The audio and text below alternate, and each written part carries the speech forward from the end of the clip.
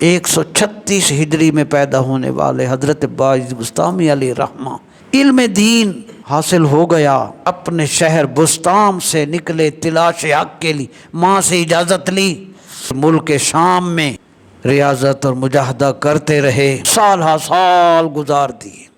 جب دروازہ پر آئے تو کان لگا کر سنا تو ماں دعا دے رہی تھی، یا اللہ میرے مسافر کا خیال رکھنا۔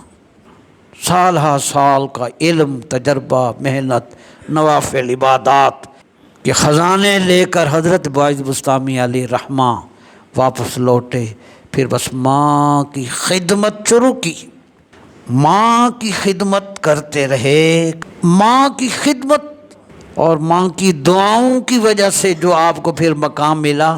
آپ کا قول ہے، جس کام کو میں مؤخر سمجھتا تھا، چلو میں آ جاؤں گا تو ماں کی خدمت کروں گا، فرمایا جس کام کو میں مؤخر سمجھتا تھا وہ سب سے مقدم نکلا۔ فرمایا جو کچھ قرب خداوندی کا اعلیٰ درجہ میں ریاضات، مجاہدات، سفروں میں، تمام قسم کی عبادتوں میں تلاش حق کے لیے جس مقام کو میں تلاش ساری زندگی کرتا رہا، وہ ماں کی دعاؤں سے مجھے عطا ہوا۔